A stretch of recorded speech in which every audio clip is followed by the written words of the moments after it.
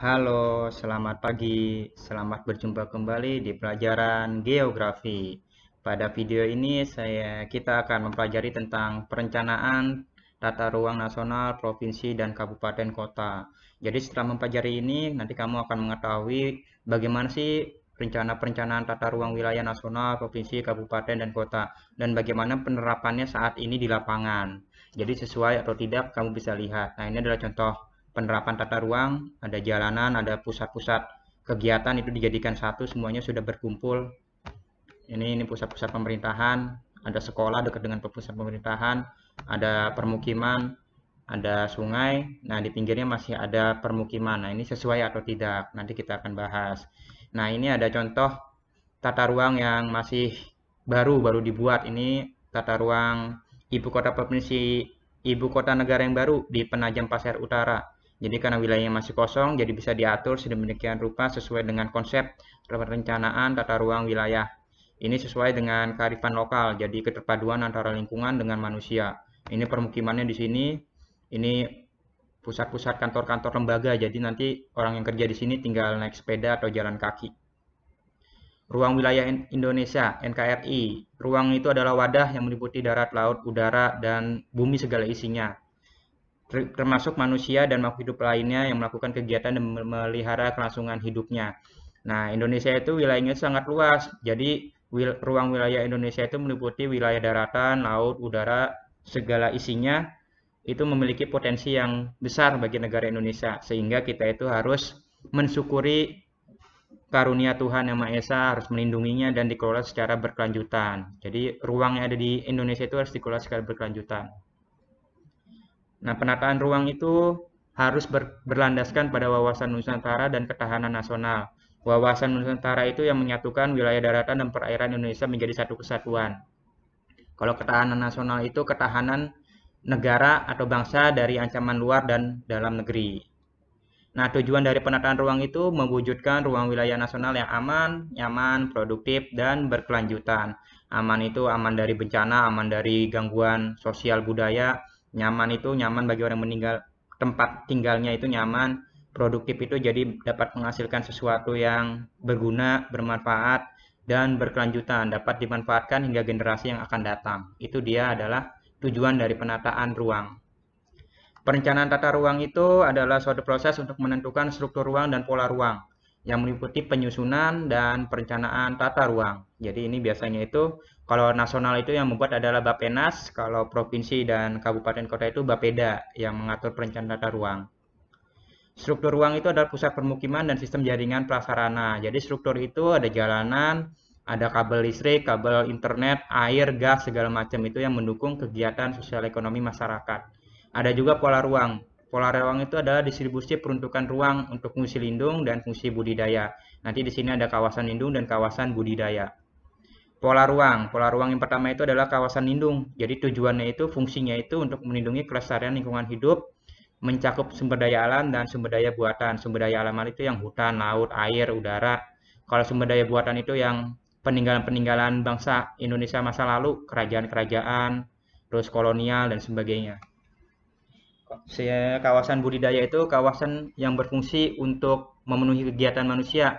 Bisa untuk potensi sumber daya alam, pertambangan, hutan, hutan produksi, sumber daya manusia, sekolah, universitas, dan sumber daya buatan, jalan raya, terminal, bandara, itu namanya kawasan budidaya, kawasan yang dibuat oleh manusia untuk kelangsungan hidupnya atau memenuhi aktivitasnya. Yang pertama ini kawasan lindung ada kawasan hutan lindung, Suaka Megasatwa, Taman Nasional, ada hutan gambut, kawasan gambut. Ini kawasan di Kalimantan dan Sumatera bagian timur. Ini kalau kebakaran hutan, padamnya lama karena bawahnya ada batu bara. Ini ada kawasan sepanjang pantai, kawasan sepadan pantai itu dibangunnya harus 100 meter dari bibir pantai. Ada undang-undangnya. Terus ini sepandan sungai juga ada ketentuannya, minimal 10 meter dari bibir sungai saat pasang. Itu kalau sungainya itu kedalamannya itu kurang dari 3 meter. Kalau lebih dari 20 meter harus 15 meter dari bibir sungai. Kalau sungainya itu 20 meter, nah ini harus 30 meter dari bibir sungai supaya tidak kena banjir dan ekosistem daerah dan sungai tetap terjaga. Kawasan lindung ini ada kawasan mata air, harus terjaga karena air air sumber kehidupan. Ada hutan, ada waduk atau danau, sama fungsinya seperti sungai tadi. Untuk kawasan ekosistem danau dan waduk, ini ada Suaka Marga Satwa untuk melindungi hewan-hewan fauna khas di suatu wilayah. Ada cagar air, ini taman nasional di bawah air, contohnya Bunaken, Wakatobi, itu harus dilindungi. Ada objek buatan manusia, ini budaya, tapi dia masuk cagar budaya namanya, contohnya ini apa nih, Istana Siak di Riau. Nah, ini yang budidaya, yang buatan manusia untuk kelangsungan hidupnya. Ada hutan produksi, ini hutan jati, ini ada hutan rakyat yang dikelola oleh rakyat, ada pertanian, perikanan, ada pertambangan, ada perindustrian, ada rekreasi, permukiman, perkantoran, dan wilayah latihan perang. Itu namanya kawasan budidaya.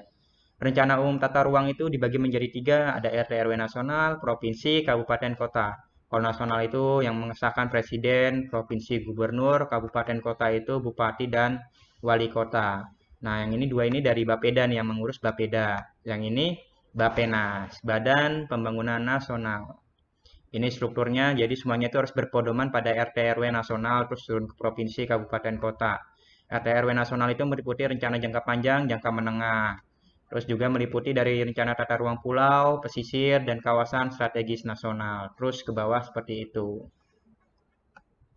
Perencanaan tata ruang itu semuanya itu harus berpedoman pada rencana tata ruang wilayah nasional. Yang provinsi, kabupaten, kota itu semuanya berpedoman pada nasional. Karena harus bersinergi. RT RUN itu berlaku selama 20 tahun. Jadi 20 tahun sekali baru dibuat yang baru. Tapi dapat ditinjau setiap 5 tahun sekali. Karena penduduk itu dinamis. Jadi bisa berubah-ubah sehingga perlu ditinjau. Apabila terjadi bencana alam yang besar, sebelum 5 tahun itu bisa ditinjau kembali. Karena kan perubahannya sangat besar. Peninjauan tersebut upaya untuk melihat kesesuaian antara rencana tata ruang dengan kebutuhan pembangunan. Sesuai apa enggak nih udah dibangun 5 tahun sebelumnya. Kalau sesuai yang dilanjutkan, kalau nggak sesuai ya dievaluasi. Nah, penyusunan RT RW itu ada tujuan kebijakan strategi penataan nasional, ada rencana wilayah nasional, ada pola ruang nasional, ada pemanfaatan untuk jangka menengah, ada pengendalian ruang, dan ada juga penetapan kawasan strategis nasional. Kita bahas yang ini aja. KSN, kawasan strategis nasional itu kawasan yang prioritas secara nasional karena untuk kedaulatan negara, pertahanan keamanan negara, ekonomi, sosial, budaya, dan lingkungan termasuk ditetapkan sebagai warisan budaya UNESCO, contohnya Borobudur. Nah, ini kriterianya ada kriteria kebijakan, ada fisik lingkungan, konektivitas, aksesibilitas, sosial budaya, kelembagaan. Kalau kebijakan itu peraturan-peraturan, fisik lingkungan itu kondisi geografis, kondisi wilayahnya bagaimana, konektivitas ekonomi itu jalur perdagangannya bagaimana ke wilayah sekitar, aksesibilitas itu kemudahan untuk menjangkau suatu tempat ke tempat lain, infrastruktur itu sarana dan prasarana telekomunikasi, transportasi, dan energi, ada sosial budaya itu kondisi sosial budaya masyarakatnya, ada kelembagaan itu institusi, lembaga pemerintah, sosial, atau swasta, atau individu. Nggak ada, kelembagaan itu harus gabungan kelompok. Nah, ini kawasan strategis nasional di Indonesia itu ada, ini dipisah nih, ada Jabodetabek Punjur, Jakarta, Bogor, Depok, Tangerang, dan Purwakarta, Cianjur. Terus ada BBK, Batan, Bintan, Karimun di Riau. Ada juga Membing Daro, ada Medan, Binjai, Deli, Serdang, Karo, ini Sumatera Utara. Ada Kedang Sepur, Jawa Tengah. Ada Kendal, Demak, Ungaran, Purwodadi, Salatiga, dan Semarang. Ini yang di Jawa Timur, ada Gerbang Kartosusila, ada Gresik, Bangkalan, Mojokerto, Surabaya, Sidoarjo, Lamongan. Bangkalan ini di Madura. Karena Madura sudah terhubung oleh jembatan Suramadu ke Jawa Timur. Ada kawasan Makassar ya di Makassar, kawasan Maros, Sulawesi juga nih. Terus ada kawasan Bima, Nusa Tenggara yang mau dibuat sirkuit MotoGP itu karena dia KSN, kawasan strategis nasional. Nah, sampai sini aja tentang materi apa nih? Materi apa tadi nih? Materi apa? Ya, perencanaan tata ruang wilayah nasional. Sampai berjumpa kembali di pertemuan atau di video berikutnya. Kita akan membahas tentang permasalahan dan solusi untuk mengatasi berbagai macam rintangan dalam penetapan tata ruang wilayah nasional.